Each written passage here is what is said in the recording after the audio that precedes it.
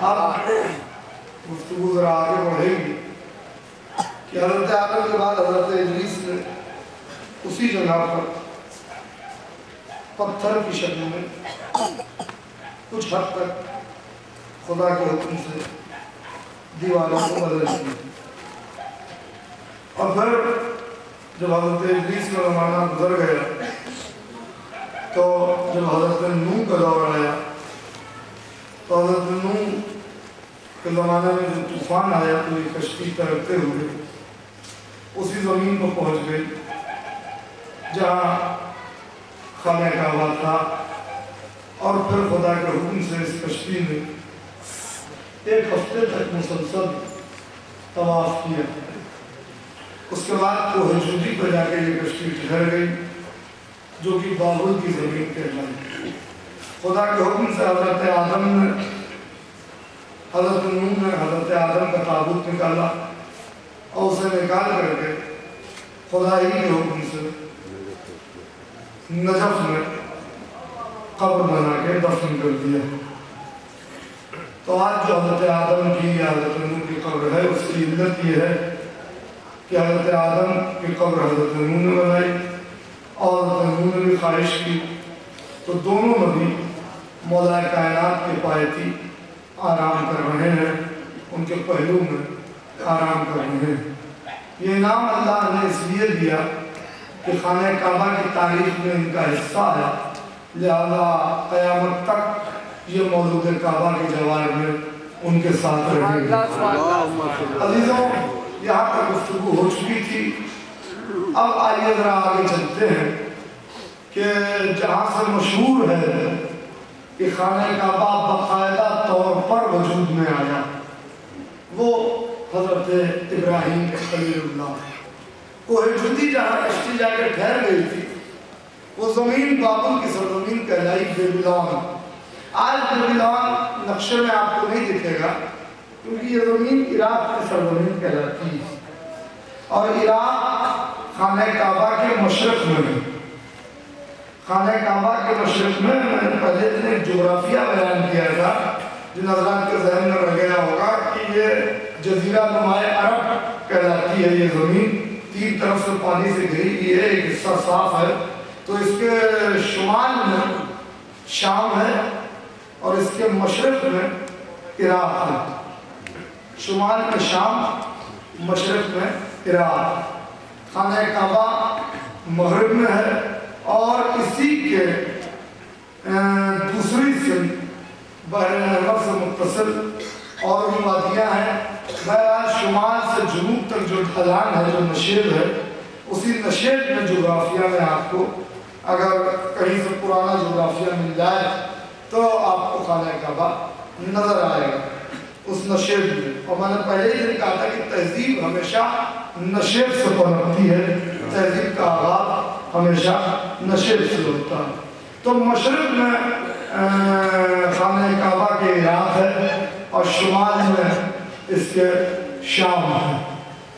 یہ جغرافیہ ہے یہ جو میں نے بیان کیا تو اس لیے کہ ایک زمانہ وہ آنے والا تھا کہ جب شام ہی سے امویت کے کالے بادل منڈراتے ہوئے کعبے کی زمین پر آ جائیں گے. تو اب سورج کہاں سے نکلتا ہے؟ مشرق سے. کعبے کے مشرق میں عراق ہے اور عراق میں سرزمین کربلا ہے.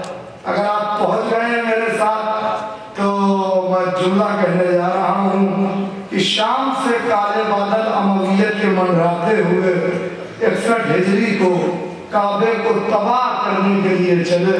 مشرق عراق کربلا سے ایک آفتاب شہادت طلوع ہوا اور اس آفتاب شہادت کی شعاؤں نے شام کے ان بادلوں کے پرخشے اڑا دیے اور اس کے بعد وہیں سے ایک روشنی نکل کے شام تک پہنچی جو شریعت الحسین کہلائی. شریعت الحسین کہلائی اور اس بیوی نے شام میں کچھ اس انداز سے جہاد کیا کہ قیامت تک وہ بیوی شام کی فاتح ہو گئی. فاتح شام کہلاتی ہے. شام میں حکومت یزید کی تھی مگر آج جب آپ زیارت کرنے لیے جائیں گے تو جب شہزادی کے روضے میں پہنچیں گے تو زری پر آپ کو ایک تاج نظر آئے گا. یہ تاج میری شہزادی کا تاج ہے. دیکھیے حکومت یزید کی تھی مگر آج تاج زینب کا موجود ہے.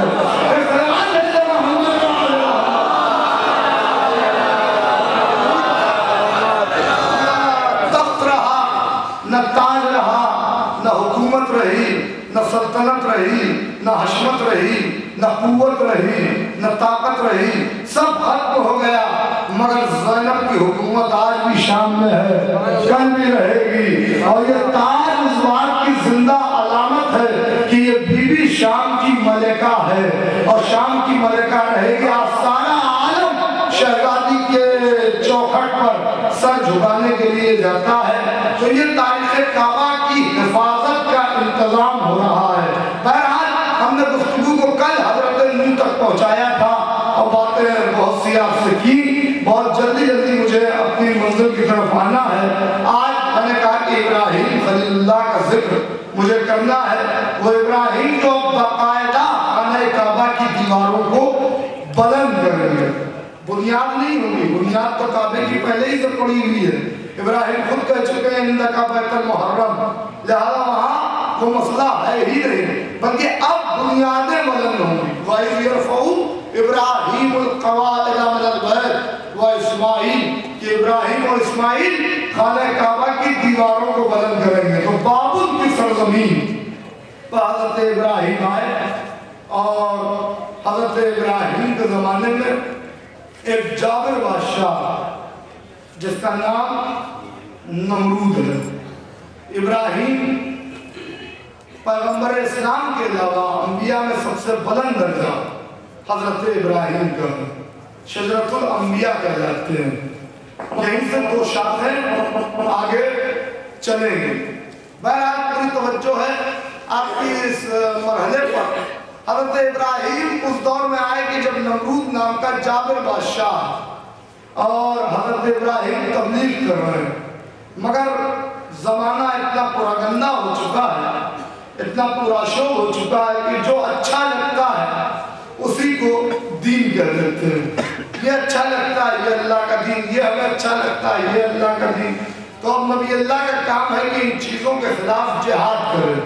تو لہذا حضرت ابراہیم علیہ السلام نے جہاد کرنا شروع کیا اور کہا نہیں, یہ جو تم نے طریقہ اختیار کر رکھا ہے یہ بالکل غلط ہے. ابھی بابل کی زمین پر ہے, ابھی مکہ نہیں پہنچے ہیں, مکہ بعد میں پہنچیں گے.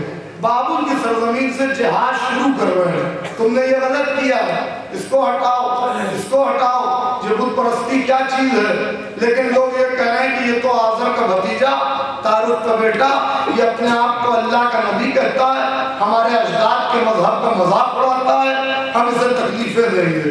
تکلیفیں دی گئی مگر ابراہیم اپنے مقصد سے پیچھے نہیں ہٹے. ہوا کیا, ایک دن ایسا ہوا کہ اس زمانے میں یہ دستور تھا کہ عید منانے کے لیے لوگ اپنے شہر سے باہر کسی وادی میں جاتے تھے اور وہاں جا کے عید مناتے تھے. تو جب ان کا زمانہ آیا عید کا تو سب کے سب اپنے شہر سے باہر چلے گئے اور یہ جو معبد ہے ان کا, اس کو تنہا چھوڑ گئے, سب باہر چلے گئے عید منانے کے لیے. حضرت ابراہیم نے دیکھا موقع غنیمت ہے تو حضرت ابراہیم ایک کلہاڑی لے کر چلے, ہاتھ میں رسی لی, لینے کے بعد وہاں معبد میں پہنچے اور معبد میں پہنچنے کے بعد حضرت ابراہیم نے بتوں کو توڑنا شروع کر دیا. بتوں کو توڑتے رہے, جب سارے بت انہوں نے توڑ دیے. کھانا لے کے گئے تھے پہلے, یہ کھا اگر تو خدا ہے تو ہاتھ بڑھا. جب ہاتھ اس نے نہیں بڑھایا تو کہا تو خدا بنتا ہے, ہاتھ توڑ دیا, اس کا منہ توڑ دیا. اور اس کے بعد سب کو توڑ کر ایک بت کو سلامت رکھا انہوں نے, چھوڑ دیا. جو سب سے بڑا تھا اسے چھوڑ دیا, اسی کی گردن میں رسی بھی لٹکا دی اور اسی سے کلہاڑا بھی باندھ دیا انہوں نے اور چلے آئے واپس آ گئے. اب جو عید منا کے یہ لوگ پوری پکنک کر کے جب اپنے شہر آئے اور سوچا جائیں بھائی اپنے خداؤں کے پاس, تو دیکھا کہ کوئی ادھر پڑا ہے, کوئی ادھر پڑا ہے, کوئی یہاں گرا ہے, کوئی وہاں گرا ہے, ایک بت ہے جو صحیح سلامت ہے. تو لوگوں نے کہا یہ کیا ہوا, یہ کیسے ہو گیا؟ تو اس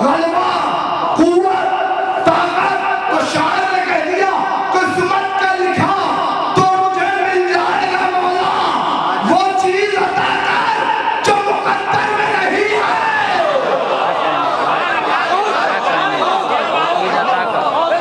وہ چیز عطا کر جو مقدر میں نہیں ہے، یعنی جو مقدر میں نہیں ہوتا وہ عزت سے ملتا ہے، عزت سے ملتا ہے۔ مالک آدم سے سورج پلٹوا دیتا، نوح سے سورج پلٹوا دیتا، ابراہیم سے سورج پلٹوا دیتا، موسیٰ سے پلٹواتا، عیسیٰ سے پلٹواتا، یہ فضیلت علی کے حصے میں کیوں رکھی؟ کیا سمجھے نہیں؟ آدم والوں پر اعتراض نہیں ہوگا، نوح والوں پر اعتراض نہیں ہوگا، ابراہیم والوں پر اعتراض نہیں ہوگا، اعتراض ہوگا علی والوں پر۔ یہ کافر ہے، یہ بدعتی ہے، یہ مشرک ہے، یہ جہنم میں جائیں گے تو ٹھیک ہے، ہم جہنم میں جائیں گے، میرا مولا علی ہم کو آفتاب کی طرح نکال لے گا۔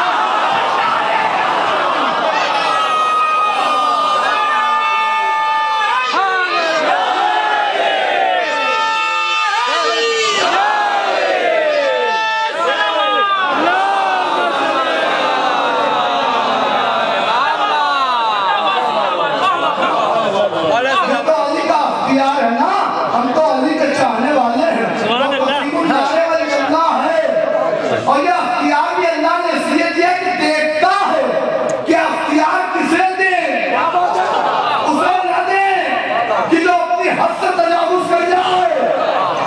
یہ اختیار مل گیا، ذرا سی بادشاہت ملی تو کیا کیا کرشمے کر دیے۔ اگر دین کنٹرول میں دے دیا جاتا تو اللہ جانے دین کا اللہ ہی حافظ تھا، اللہ ہی حافظ تھا۔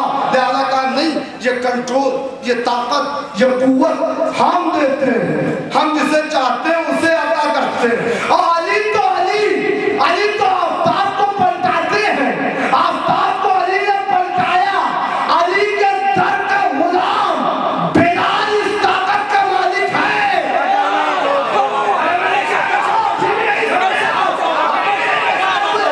علی کا بلال، علی کا در کا غلام بلال اس قوت کا مالک، جب تک آواز نہ دے آفتاب نہیں ہے۔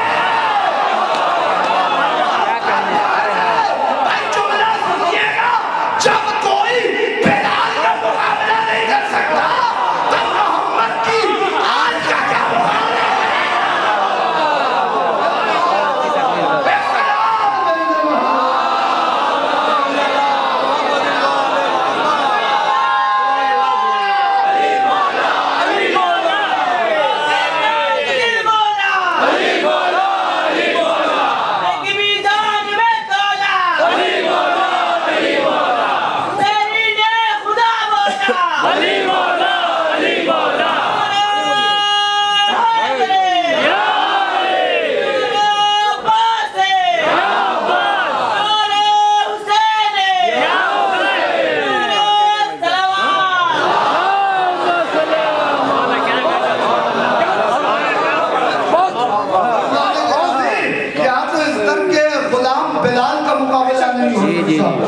کوئی ان کا کیا مقابلہ کرے گا؟ وہ بلال جسے گلدستہ اذان پر نبی نے سوار کیا، پتھروں کے ڈھیر پر جسے کھڑا کیا، جب اس کا مقابلہ دنیا نہیں کر سکتی تو جسے قدیر کے منبر پر بیٹھ کیا، اس کے مقابلے کو کون پہنچے گا؟ اس کے رتبے کو کون سمجھے گا؟ تو حضرت ابراہیم نے اس انداز سے مگر بتوں کو توڑا ہے۔ سزا ملی، سزا کیا ملی؟ کہ ان کو آگ میں پھینک دو، یعنی یہ بھی پرانی روش چلی آ رہی ہے کہ جب کوئی ہماری بات نہ مانے تو اسے آگ میں جلا دو۔ آگ میں جلانے کی تیاری کی جانے لگی، 1 مہینے تک آگ تیار کی گئی، لکڑی یہ وہ تمام ایندھن جمع کیا گیا کہ آگ جلائی جائے گی اور اس میں ابراہیم پھینکے جائیں گے۔ مگر جب آگ روشن ہوئی تو اس کی لپٹیں 1 میل تک جا رہی تھی۔ اب پھینکے کون؟ ابراہیم کو۔ تو اس شیطانی فعل کو انجام دینے کے لیے شیطان ہی نے مدد کی، لہذا اس نے کہا منجنیق بناؤ، یعنی ایک گولا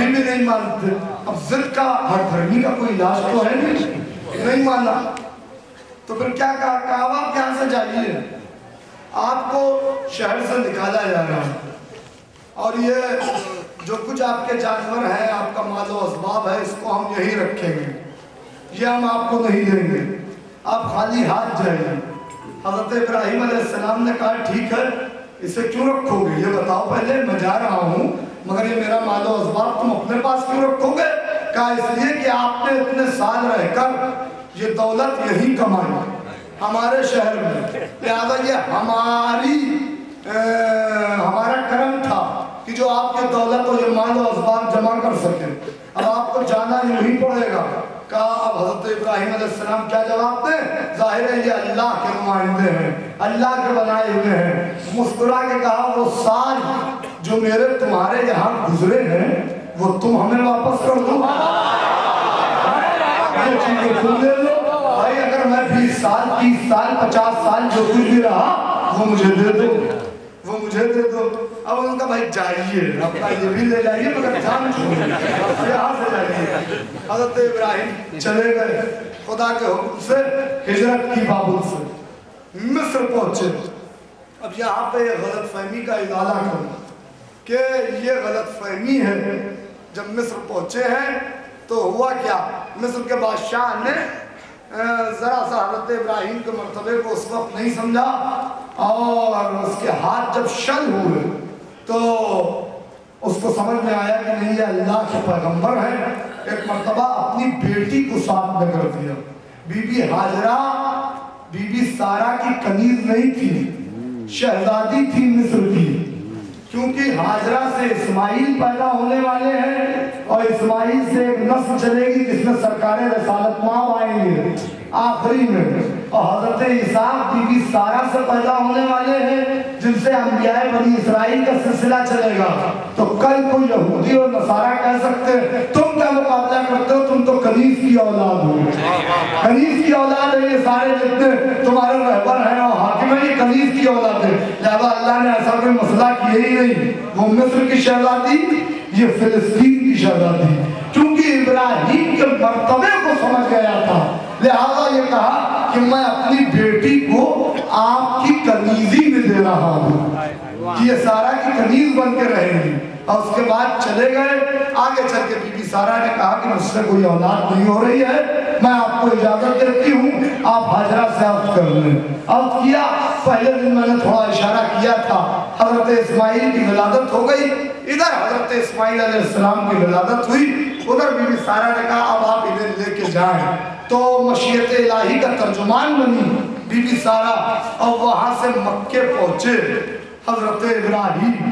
تو جب مکے پہنچے تو اس زمانے میں نے کہا نا کہ یہ مکہ آبادیوں کی ماں تھا, مگر چونکہ حضرت آدم بھی یہی, اب حضرت نوح بھی یہاں کچھ سال رہے, وہاں سے ان کی اولادیں بھی پھیلی, سام ہام اور یافس کی اولادیں, یہ ہندی سندھی جتنے ہیں یہ حضرت سام کی اولادیں, حضرت حام کی اولادیں روم کے لوگ, یعنی سینٹرل ایشیا پورا حضرت سام کی اولاد. اور وہی سام سے یہاں سندھ میں سام راج بن گیا. توجہ رکھیے گا, یہ چیزیں وہ ہیں کہ جو تاریخ میں ہیں مگر ٹچ نہیں کی جاتی, یہ ساری باتیں ذہن میں رکھیے گا. بہرحال حضرت حام کی اولادیں روم کے جو بادشاہ ہوئے وہ حضرت حام کی اولادیں. حضرت سام کی اولادوں میں دونوں رنگ, گورے بھی اور سیاہ رنگ تو نہیں کہا جائے گا مگر مائل و سفیدی یعنی گندمی رنگ, جس کو کہہ لیا جائے سانولا پن, یہ تھا. یہ حضرت حام کی سام کی اولادیں.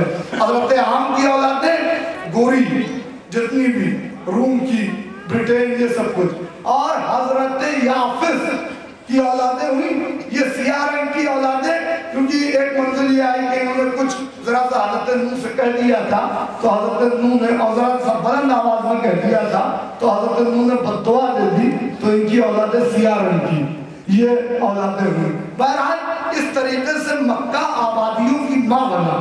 مگر ایک زمانہ وہی ہوا کہ مکے میں پانی نہیں تھا اور یہاں دھوپ کی تمازت, آفتاب کی شدت. تو اب سیرت ابن حشام میں ہے اور تاریخ کامل میں کہ لوگ نکلنا جب شروع ہوئے مکے سے تو مکے میں سناٹا ہو گیا اور وہ ایک گزرگاہ بن کے رہ گیا. یعنی قافلہ صرف وہاں سے گزرتا تھا اور کچھ نہیں تھا. تو اب اللہ کو پھر سے اس زمین کو آباد کرنا تھا, لہذا حضرت اسماعیل اور بی بی ہاجرہ کو بھیجا. ہاجرہ اسی لیے کہ انہوں نے ہجرت کی. ہجرت اس گھر کا ورثہ ہے, اس گھر نے ہجرت کی ہے دین کو پھیلانے کے لیے بھی اور دین کو بچانے کے لیے بھی. یہ گھر ہجرت ہر بات تیز نہیں کہی جا سکتی, دھیرے دھیرے بھی کچھ کہہ دیا جائے سنتے رہیے. دین کو پھیلانے کے لیے بھی ہجرت ہوئی, دین کو بچانے کے لیے بھی ہجرت ہوئی. تو ہجرت اس گھر کا ورثہ. اب جب بی بی ہاجرہ وہاں پہنچ گئی, حضرت اسماعیل شیرخوار ہیں, حضرت ابراہیم چلے, مالک اپنی ضروریت اپنی اولاد کو اس سنگلاخ وادی میں چھوڑ کے جا رہا ہوں. بواد غیر ذی زرعین, پروردگار یہاں تیرے مقدس گھر کے قریب, اور یہ کہہ کے چلے گئے. تو اب حضرت ابراہیم کی دعاؤں کو انشاءاللہ ہم کل گفتگو کریں گے. آج یہی تک بات ہے. جب کہہ کے چلے گئے, اب حضرت اسماعیل ہیں, بی بی ہاجرہ ہیں.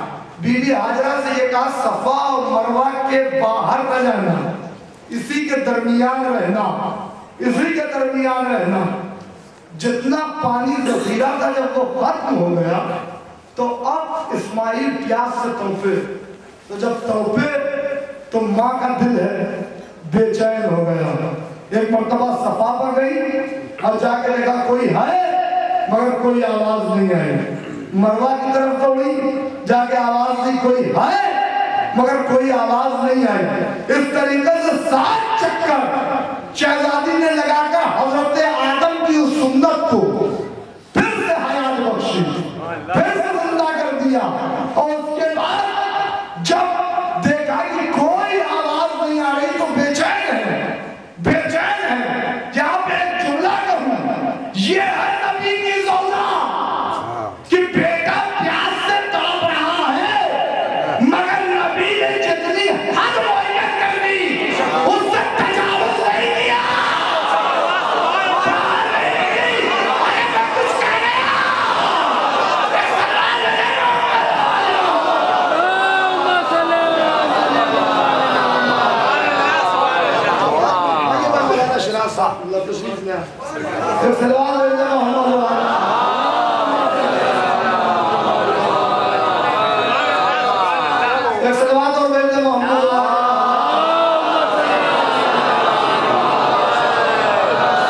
شہزادی نے تجاوز نہیں کیا. اب سنیے, عرب عاربہ, عرب مستعربہ اور عرب بدوی, یہ 3 قسم کے عرب ہوئے ہیں. عرب بدوی اصل عرب, عرب عاربہ جو حبش وغیرہ سے آیا, عرب مستعربہ یہی حضرت اسماعیل, حضرت ابراہیم. یہ اس لیے کیونکہ یہ ہجرت کر کے بابل سے آیا. تو بی بی ہاجرہ تھی مصر کی شہزادی اور حضرت ابراہیم تھے بابل کے.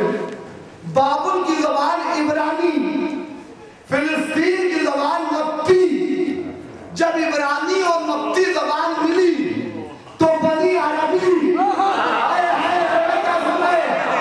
گئی عربی, اور یہ عرب مستعربہ کہلایا, یعنی باہر سے آئے, ہجرت کر کے آئے.